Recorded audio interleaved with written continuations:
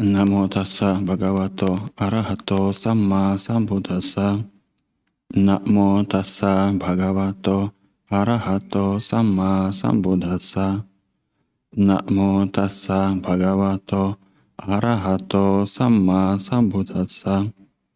Buddham dhammam sangham namasami.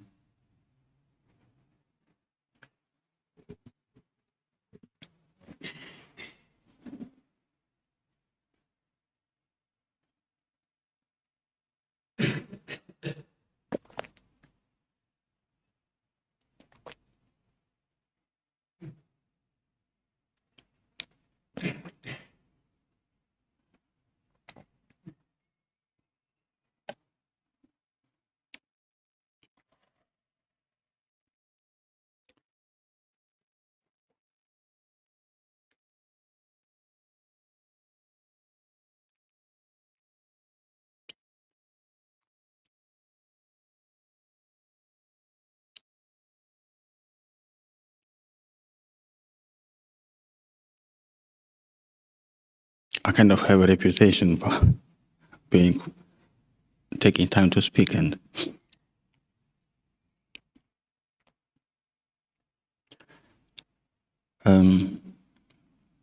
also I didn't try to prepare some kind of theme, but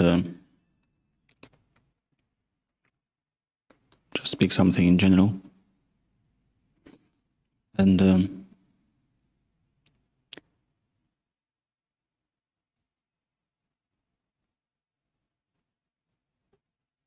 as we are aware of, there have been quite a few disrobals in the community recently, and some more in the line, in the queue.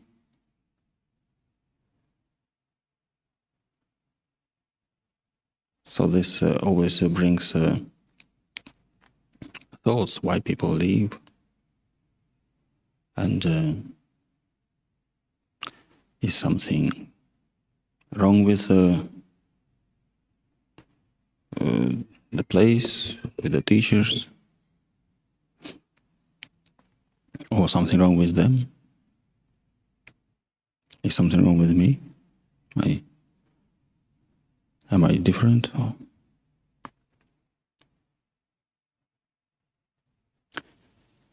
And I remember years ago someone said, one of the monastics, people ordain because they want to be happy, and people disrobe because they want to be happy.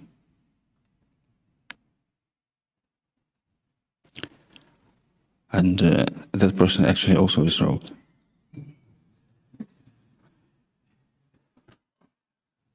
So all this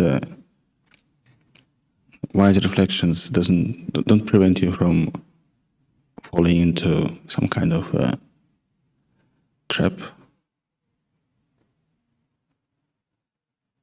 And this is what I hear from people who have doubts or who decided to leave and wanting to be happy. They may not say it like that, but the way they speak, the way they talk about their plans, or what they were lacking in the monastic life, happiness.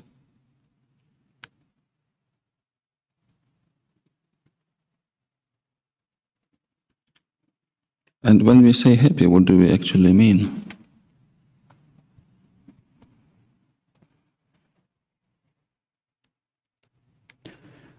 Some kind of joy, enjoyment.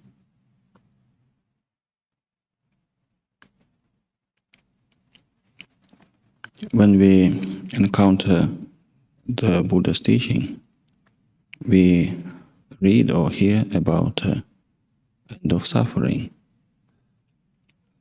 cessation of suffering. Maybe that's happiness.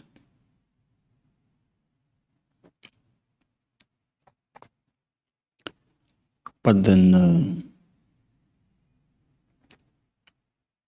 we may be spending some time in robes, meditating, or maybe not so much meditating, but kind of doing things. And looking back, looking at ourselves, can we say that our suffering has ceased?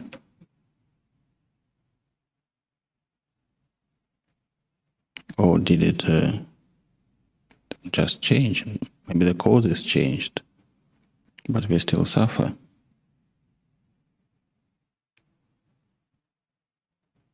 Do we experience joy in monastic life?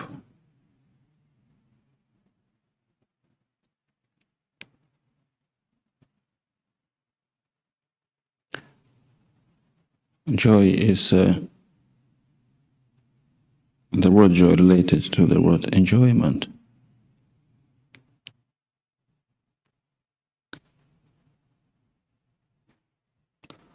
Enjoyment as perhaps opening to an experience,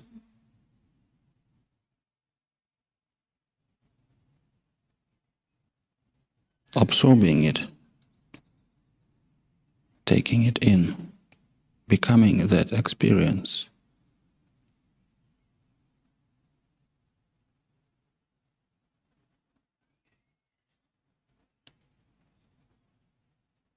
When we experience something,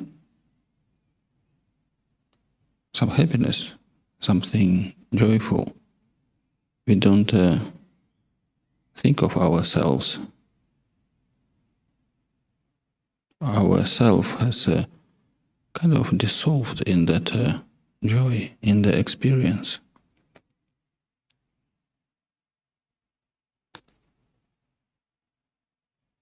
So we don't feel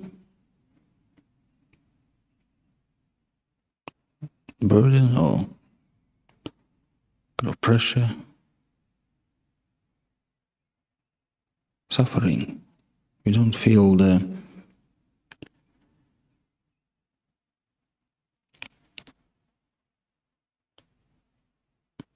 word pressure, stress is the best describing the experience of us when we have no joy, no happiness.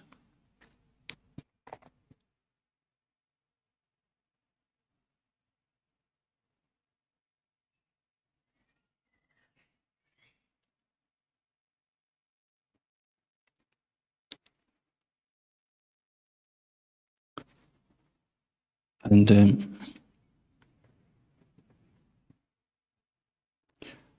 when we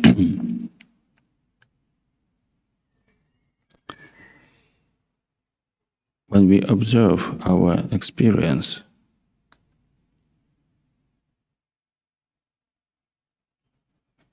when we are aware of what is happening with us, when enjoyment ceases, when the joy ceases,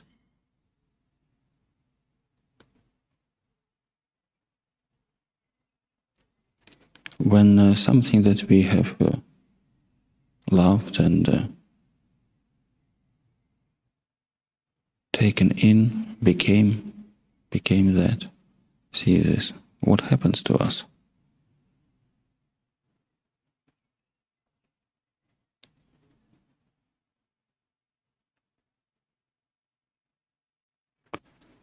And I'm not talking about simple pleasures of having ice cream in the afternoon, something we have enjoyed yesterday. Someone offered a special vegan ice cream, allowable for the monks. No milk.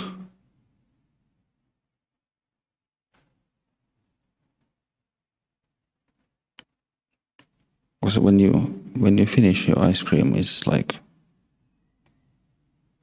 okay, let's go and do something different now.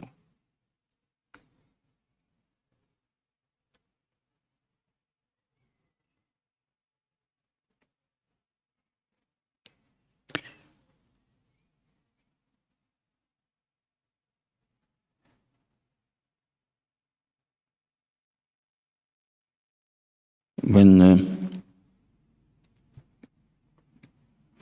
we become something, when we have enjoyed some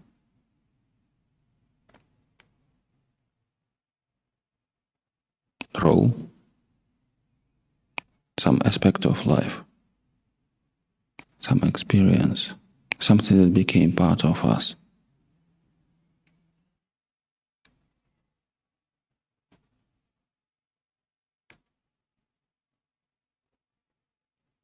something that we have identified with. It's kind of a funny word, it's like identify, as if I'm actually doing something to identify with myself.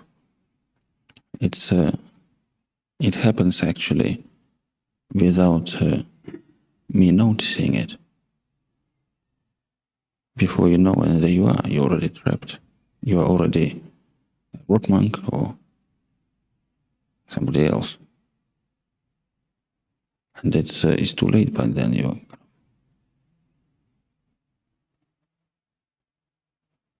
People see you that way. You feel responsible. You want to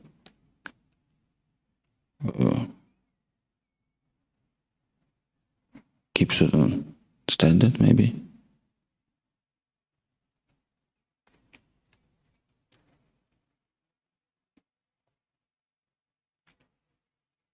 So when we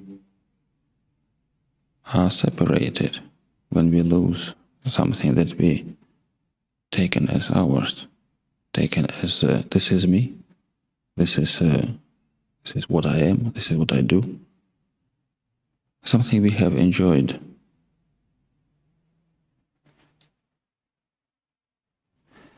then our experience is grief.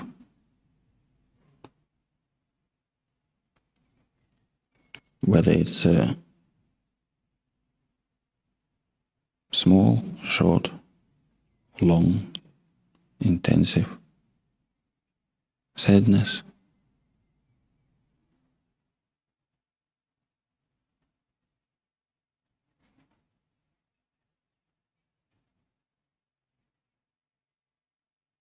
sometimes we don't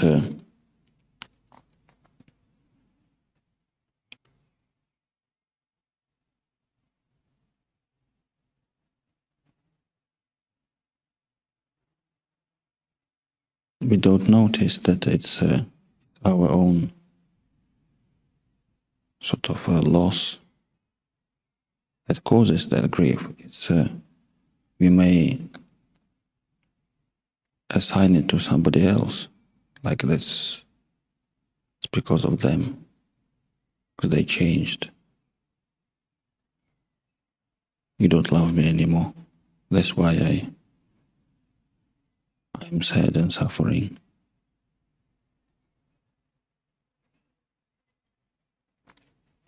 Or maybe monastic life doesn't love me anymore and lost inspiration. And then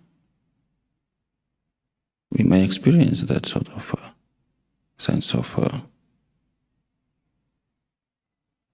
sadness or something. I don't know, I never actually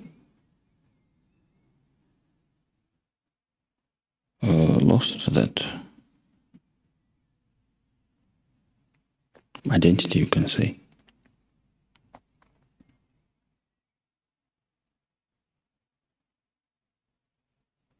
But I have seen it in people who once left and became lost in neither world, nor a layperson, nor a monk.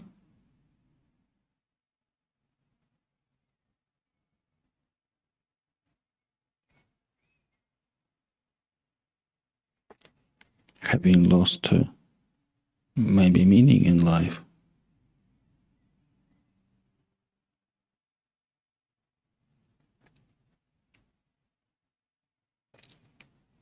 You can say maybe identity, but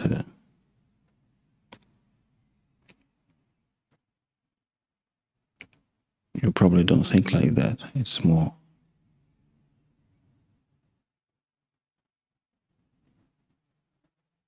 a meaning.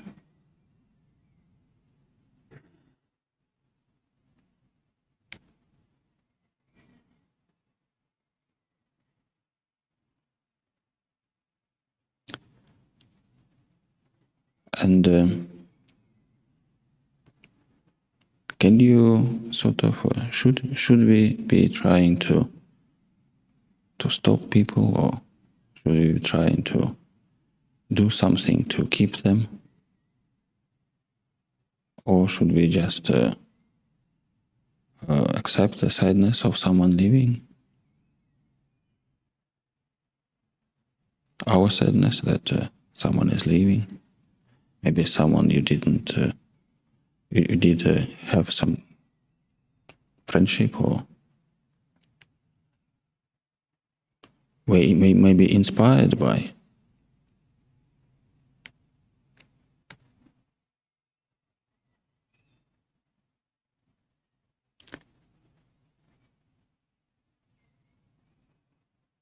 Or should we simply observe? No, this is how it is.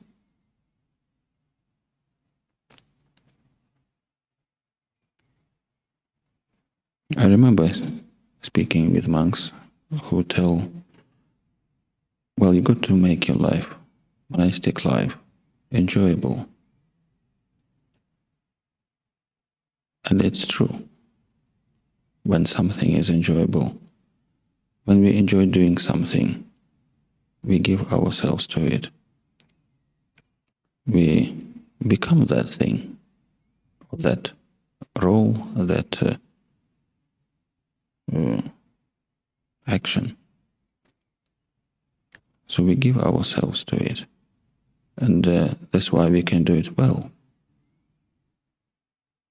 If you fully are something, maybe a parent or an abbot,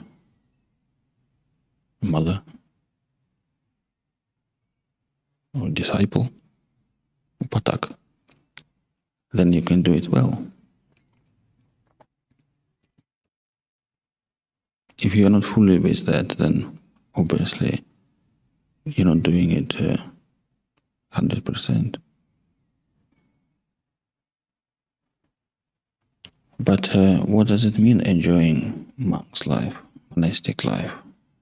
Does it mean having allowable ice cream every afternoon?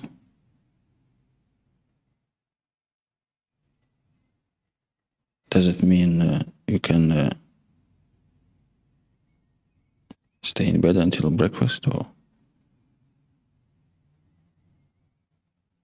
have allowable pleasures to keep your life easy?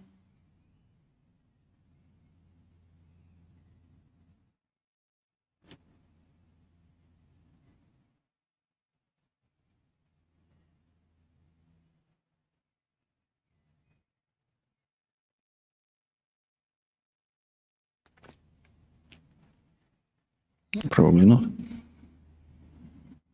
Because that's not what monastic life is about. That's not what the monastic order is established for. It's not for sense pleasures, not for becoming.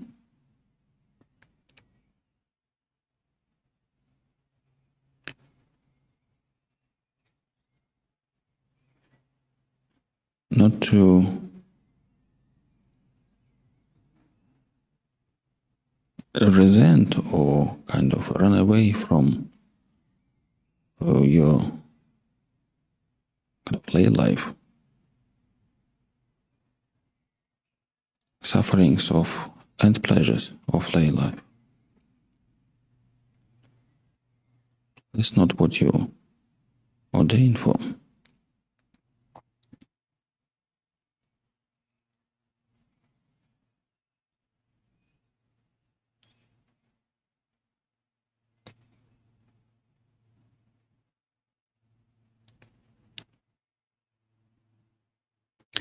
And then what is it, the enjoyment of the monastic life then?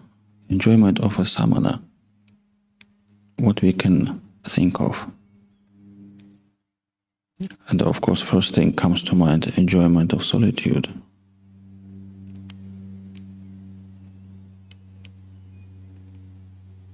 Solitude, not just being alone in your room,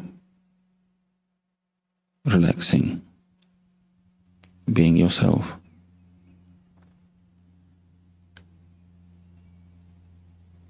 But also solitude of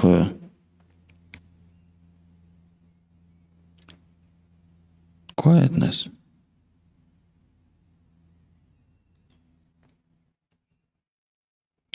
Not feeling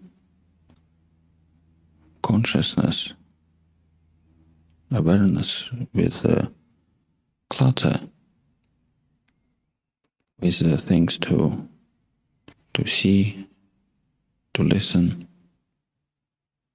to read, to think about.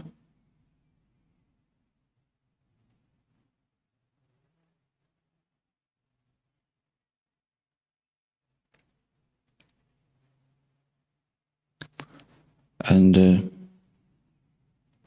basically it means to enjoy that which is not connected to senses, sense pleasures.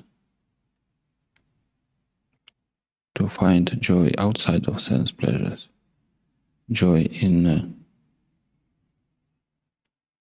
solitude, in stillness,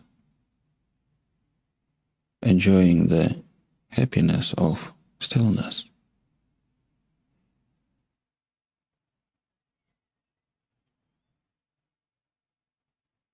But to enjoy that, we need to know it. We need to actually meet it, like see it, experience it, notice it.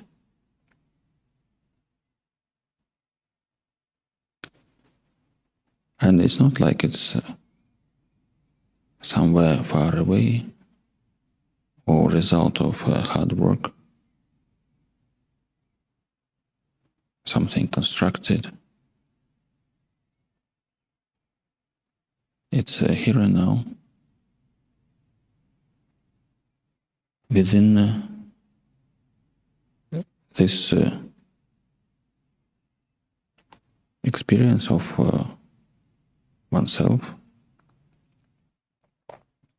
It's not separated.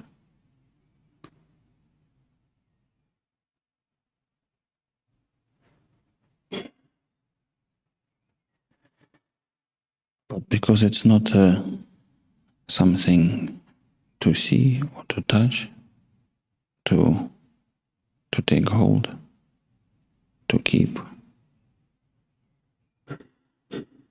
it's first it's easy to miss, and second, it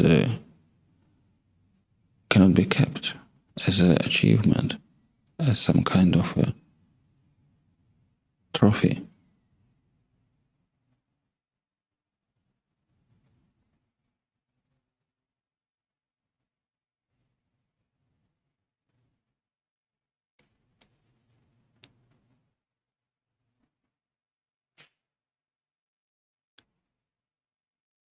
So noticing is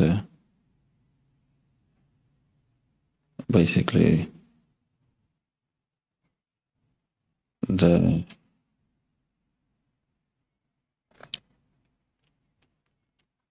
way, you can say.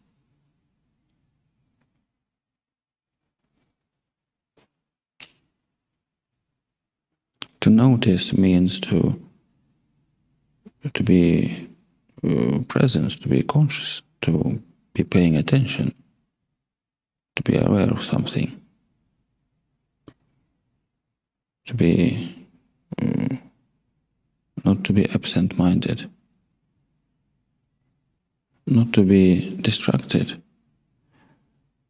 not to be absorbed into something, not to be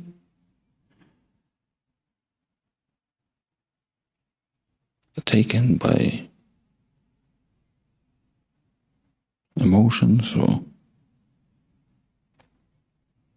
likes, dislikes, cravings, resentments.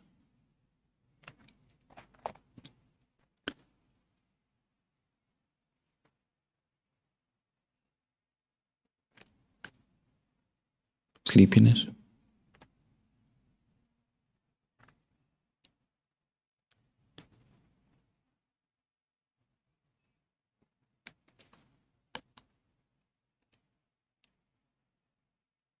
So there is a hope for those who have faith that there is the unborn, uncreated, unoriginated. It can be recognized,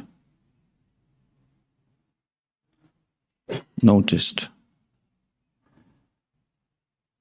when attention is not taken away by some obstructions,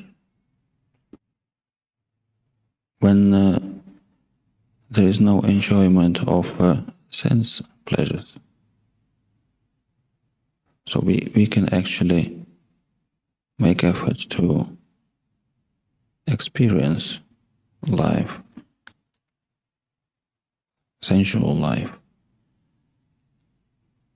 and not be absorbed in it, not be, you can say, not enjoying it, but be simply aware of it, keeping equanimity, keeping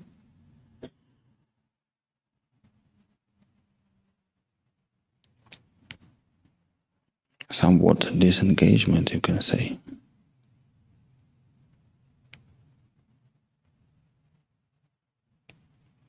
Knowing things, states, as they arise and as they cease.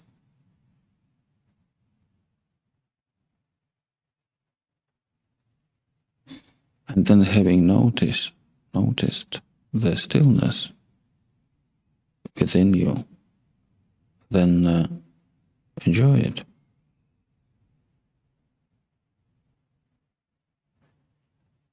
As I said, it isn't something which cannot be kept or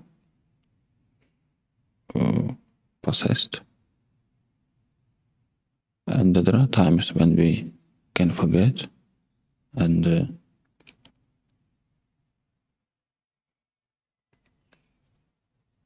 be stirred up by emotions, our conditioning.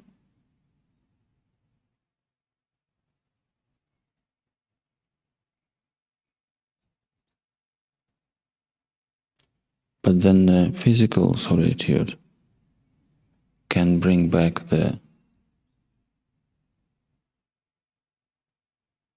our, you can say, hierarchy of values, our priorities.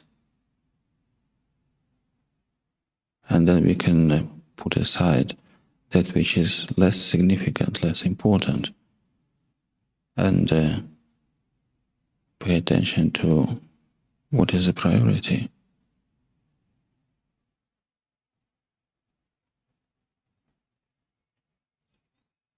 Putting aside our roles, our preferences, likes, dislikes, relationships, friendships, commitments, animosities. It doesn't mean that we can sort of just wish it away, but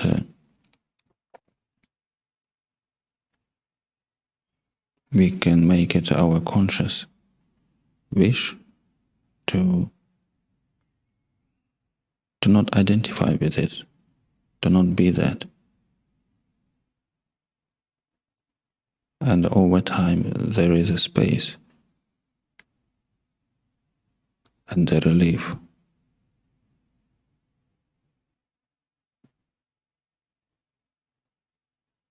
So that physical solitude, being on your own, not engaging with in your mind with stuff, not cluttering it, allows then awareness to notice that which is not, you can say, not this from this world. And it's not an object. It's not something that you can. It's simply stillness, peace.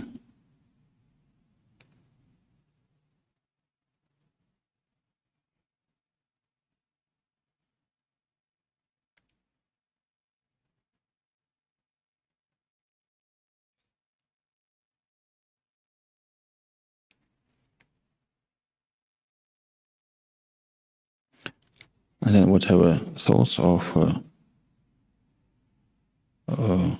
doubt, when they arise, they can be seen as just a thought.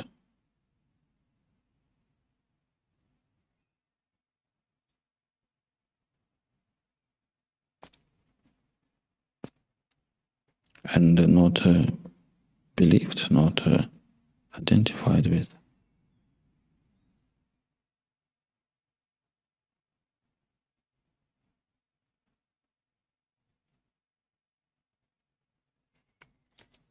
Obviously, sometimes we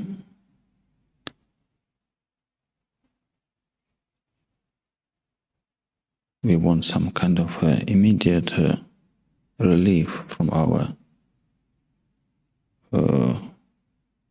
pains and frustrations. Maybe we feel somehow disadvantaged.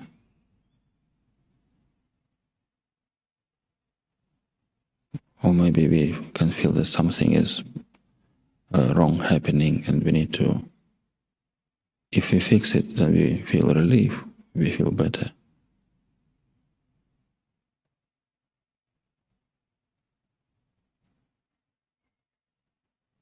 So there is room for that, obviously. But it cannot replace that goal of the monk's life, monastic life, that was taught by the Lord Buddha. It can only be something temporary, not on the top of our priority list.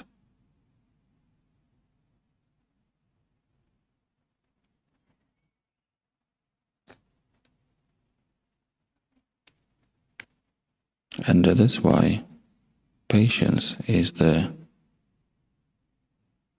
highest practice, because it allows, without us trying to fix things, fix that which hurts, it allows us to live and not prevent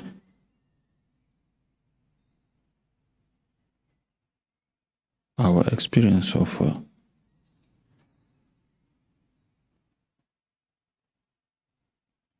not put obstacles to our experience of stillness.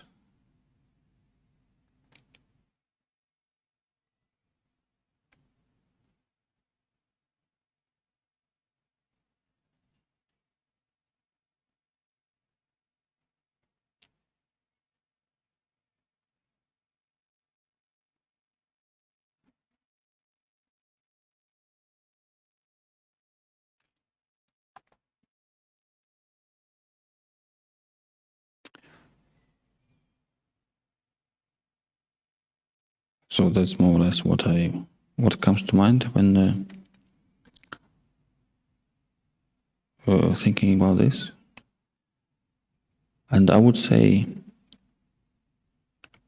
when we come to ordain searching for happiness, we don't really know what we are looking for. We may have some idea, we may have some intuition.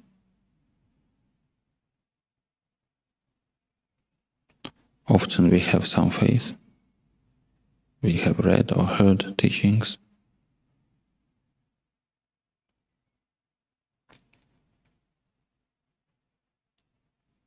But because we don't know, it makes it more difficult. If you don't know what you're looking for, somehow after a while the enthusiasm tends to wear off.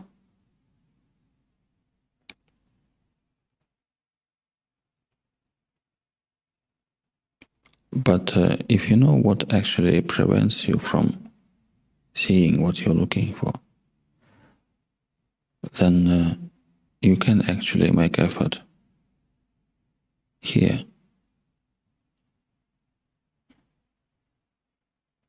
Putting effort to wear off or loosen things that prevent.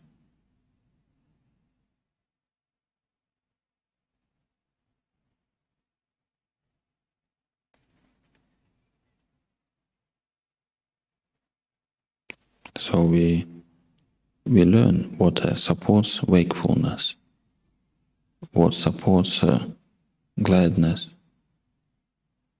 that allows this peace of mind and just joy of life without any having to have anything.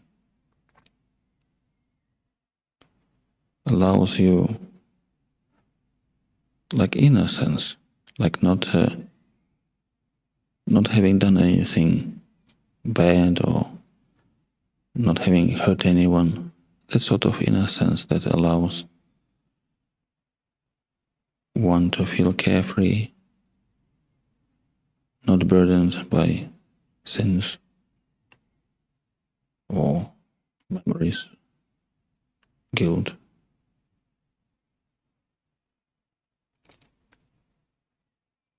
Be positive without having to try to be positive. And that allows enjoyment of just being here and now. That would give you actually nice meditation, nice peaceful meditation.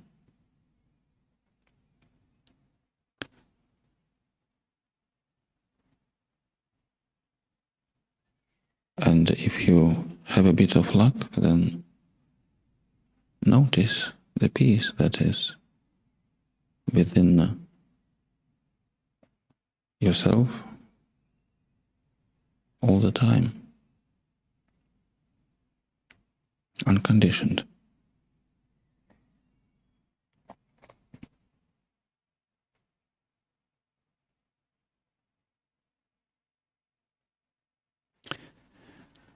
So this is enough for today.